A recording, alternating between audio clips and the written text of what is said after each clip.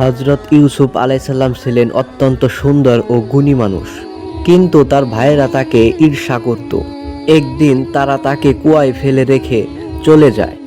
এক পথিক তাকে উদ্ধার করে মিশরে নিয়ে যায় এবং এক ধনী ব্যক্তির কাছে তাকে বেচে দেন। মিশরের প্রাসাদে বড় হতে থাকেন ইউসুফ আলাইহিসসালাম, কিন্তু একদিন অন্যায়ভাবে তাকে কারাগারে পাঠানো হয়। সেখানেও তিনি ধৈর্য হারাননি।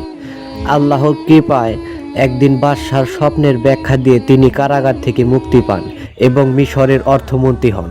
বহু বছর পর দুর্ভিক্ষের সময় তার ভাইয়েরা সাহায্য চাইতে এলে তিনি তাদের চিনতে পারেন, কিন্তু তিনি প্রতিশোধ নেননি, বরং ক্ষমা করে দেন।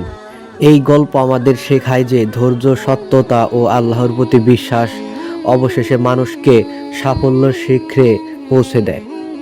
গল্পটি ভালো লাগলে অবশ্যই লাইক, কমেন্ট, সাবস্ক্রাইব করে পাশে থাকবেন।